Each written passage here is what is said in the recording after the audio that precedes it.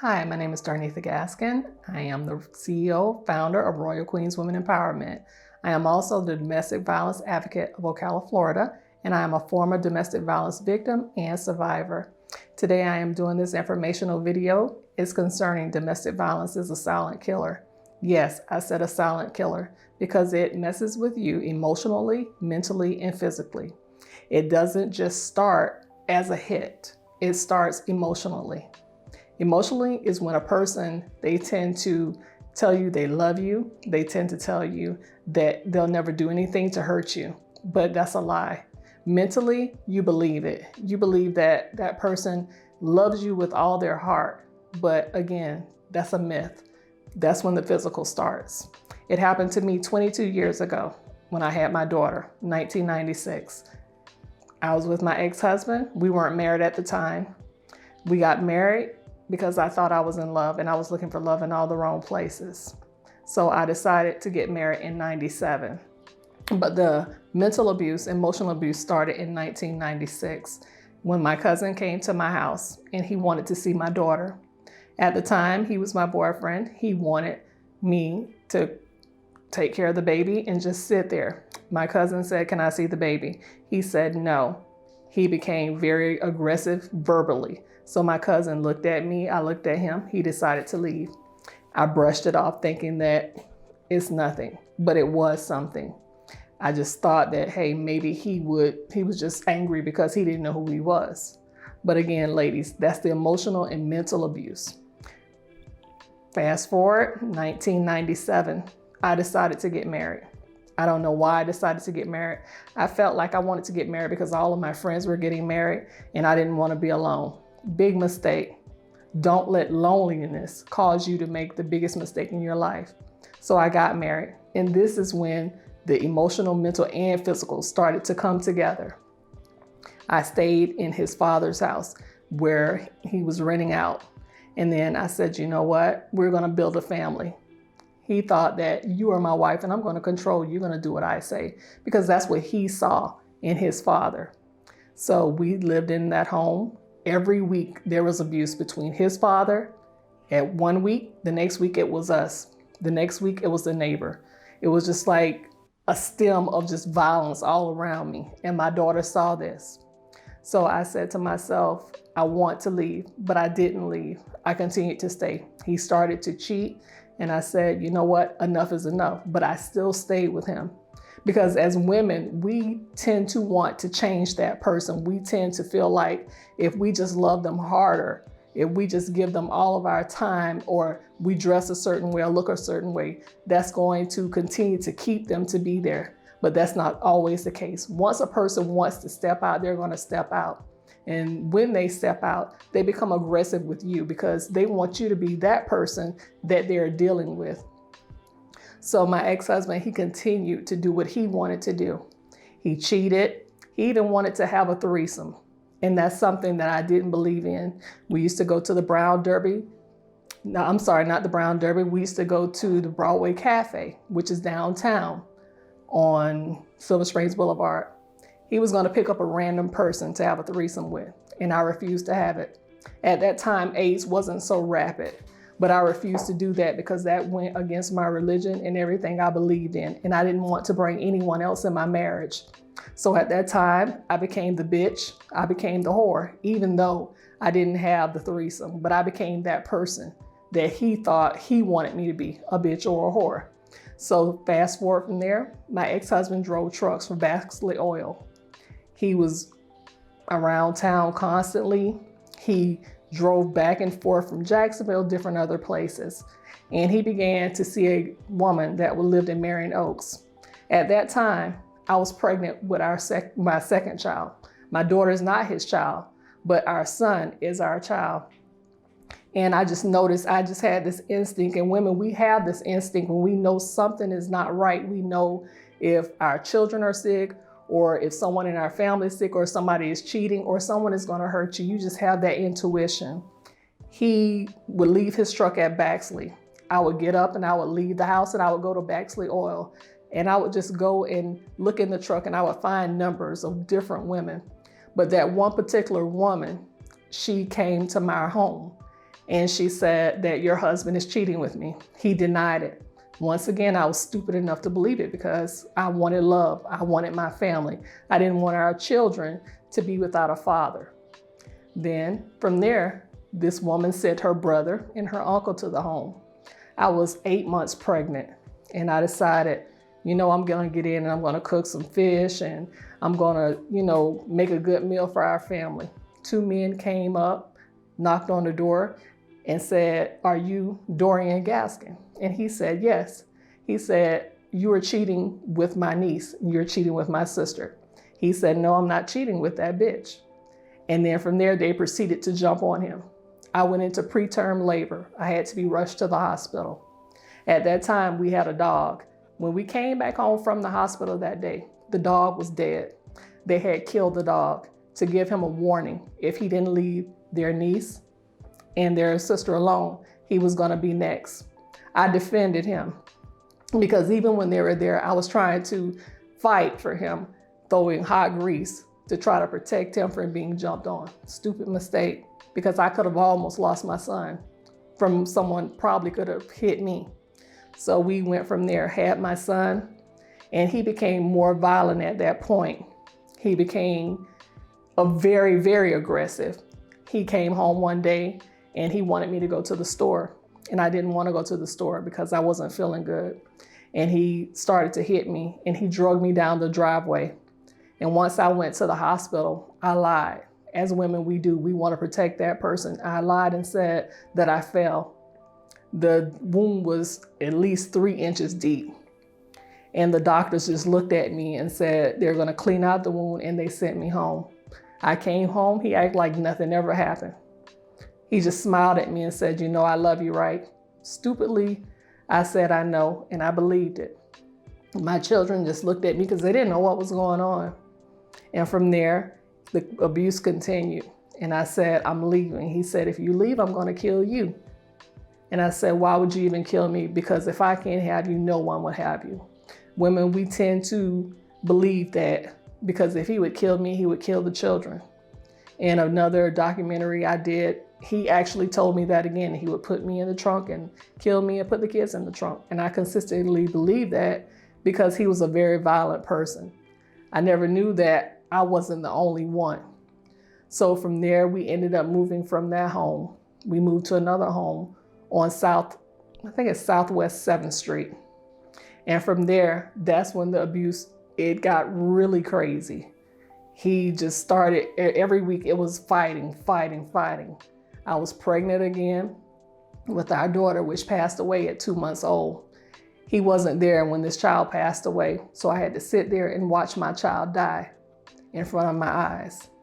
And he didn't even cry. He didn't even think about saying, "I'm sorry, I caused you all this anguish and pain through the pregnancy," or anything. But he just said, "Hey, I'm sorry, it's another child. We'll have another one." He wanted to have a football team. I didn't want to consume my life with a bunch of children because I had dreams and I had goals. But he felt like I needed to stay home and become that wife that was barefoot and pregnant, and to do what he said, have sex when he wanted to, and just be that person. I didn't want to be that person. I wanted to go into nursing. I wanted to become a lawyer, but those dreams were put on hold. That child passed away. It even became rough with his family members. They would tell me, "If you leave my brother or if you leave my son, I would help you." That's a lie. Family members will turn on you. They will say anything at that point in time. They didn't help me. We went to buy a car one day at Nissan. He couldn't get the car that he wanted. His sister was going to co-sign for a car, but she wanted to co-sign for a van. He didn't want that. So at that point, we went on a Sunday. This man told me, "If I can't get the car that I want, you will stay up here and you will have to find a ride home." We had just got from church. And he left me. He threw my purse out the car and he left me there. His sister had to come get me. I became more depressed. I didn't care about the way I looked. I didn't care about anything. I was always that mother. I always took care of my kids. But I felt like if I looked disgusted enough, he would leave. That's not always the truth, because all he wanted was sex and someone just to do what he wanted to do. He wanted to be controlling, manipulating, and those things happen each and every day with women. I decided one night that I was sick and tired of it. It was New Year's Eve. He wanted to go to church, and we went to church. But before then, this man had beat me so bad. He told me that he had sex with somebody. And I had started sleeping on the couch, and I said I wasn't going to have sex with you because I don't know what you have. And we had stopped having sex for a long time because they will use sex to prove that they love you. And that's not always the case. That's a control scheme. And when you become so nasty, feeling nasty that you don't want to have sex, you just lay there and you just wish it was over with. And that's what I used to do. I used to wish it was done and over with. And even when you even tried to kiss me, I would turn away and he would just snatch my face. So one night he wanted to have sex and I told him no. And he said, "You are my wife and you're going to have sex with me regardless." And I told him no. My daughter came and she asked me, "Mom, why aren't you sleeping in the bed with Dad?" So at that time she was small and I said, "I'll go and I'll sleep in the bed," and I stayed on one side. And I think to this day, this is why I sleep on the edge of the bed.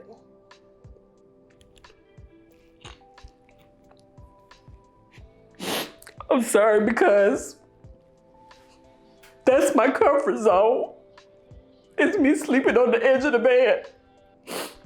And this man, he pulled me and he told me, "You're gonna have sex with me." And when I proceeded to say no, he muzzled my mouth with one hand and he started beating me in my ribs and the next with the other hand.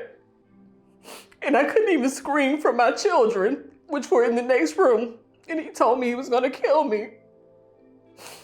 So when I finally got away, because he tried to pry my legs open to have sex, but he couldn't. And once I got away, the only place I could go to was the bathroom because I didn't want to leave my children. And I was in there and I was taking a shower and I felt like a rape victim because I felt so nasty. I felt disgusted and I hated myself because I said, why did I let myself go through this pain for 9 years, almost 10 at that point? And he came in the bathroom and he snatched the curtain open and he said what usually an abuser would say: "I'm sorry, I love you, I would never do it again." And I just sat there and I just looked at him. I was so dark and I was so hurt. And I felt like I didn't have any more ways to live. And I even tried to commit suicide. I had a knife and I had a whole bottle of hydrocodone. And I said I was going to take those pills and I was going to slit my own throat. And my daughter walked in and she looked at me and she was like, "Mommy, can I have some candy?" And she didn't know that it was hydrocodone. And that's what stopped me. My children stopped me from taking my own life. And he called the police on me. But I hid the pills and I hid the knife. And I still have that knife to this day because I pulled that knife on him one day to keep him from trying to hurt me. But he was so forceful that he took it away. Women, we have to understand that men are much stronger than us. No matter how much we fight, no matter how much we try to protect ourselves, they are overpowering. So when he took that knife, I just didn't know what to do. And then when I said the police came, I hid the pills and I pretended to act like nothing was wrong because he wanted me to go to jail. He wanted me to be declared crazy. So at that point, we went to church, fast forward, and we went to church and the preacher was preaching and it was going into New Year's. And I didn't feel like, what was I going to celebrate? There's nothing to celebrate. What's the new year? A new year of beating, new year of lies, new year of pain. And that was on a Sunday, Saturday going into Sunday. And I just sat there and I just looked. I felt like just death. And then everybody said, give each other a hug. It's a new year. And I couldn't even hug him. I couldn't even kiss him. And the next day, he went down to his mom's house where he would usually do. He would take the kids in the wagon. And she asked him where I was. And he said I was sick. But I was actually home because I was so bruised and so badly beaten in my ribs and I had bruises all over my body. He didn't want anybody to see me. So I was home. As I'm proceeding to get ready to go to work that Monday, I had put on makeup to cover up the black eye. And at the time, the person that I was working for, she was just an employer, but she became my godmother. And her daughter had said, "What's wrong with your face?" Because we were in a meeting that morning. And I said nothing. I tried to hide it, as we do. We try to defend, hide, say nothing, or we ran into doors, or, we accidentally fell or something. And that's our defense mechanism of trying to protect that person, or wear sunglasses. But we don't know that we're silently dying. That's why I keep saying domestic violence is a silent killer, because you're dying inside. You're literally deteriorating. You don't want to live. You don't want to exist. You don't care anymore. And if you have children, that's your only reason to want to live. That was my reason to want to live. So at that point, when my employer had saw my face, she looked at me and she said, "What the hell happened?" And I told her, and she always told me that she knew something wasn't right about him. And she immediately got me in the car and she said, "I'm gonna kill that asshole." And I said, "No." And she said, "You need to quit protecting him." And he was working at that point in the Shores. So she drove me to Ocala Police Department, and this is where I met Donna Gwen. Donna Gwen took pictures of me, and I posted these pictures numerous of times on Facebook in 2005, where I've had scratches, I've had black eyes, I've had bruises on my arms, I've had around my neck. And at that point, it looks like a mugshot, and I felt like I wasn't taking a mugshot. It felt like I was going to jail. But that's the way they take pictures of people that have been abused. So they drew up all the paperwork to have him arrested. He was arrested that night. But that didn't help, because he still called me. And as a woman, still stupidly in love, and I wouldn't even say love, it was just being stupid. I used to go visit him in jail. I would take my kids to visit him in jail, because I felt like my kids needed a father. And I didn't have a father, so I didn't want my kids without a father. So at one point, I just stopped going, and I stopped going. I said, "This is not healthy. This is not good for myself or my children, because they're acting out." And this man didn't care. He still wanted them to come. But when he got out of jail, I said, "You know what? Enough is enough." I had a taste of freedom. I didn't have to argue with anybody. I didn't have to worry about anybody trying to take sex from me. I didn't have to worry about anybody choking me or doing anything. So I moved to the Shores. And when I left him, I left with nothing but the clothes on my back in the car that he was paying for. And he decided to stop paying for it because I left him. But the thing of it is, when I moved out there, I was under HRS protection. My address wasn't disclosed or anything.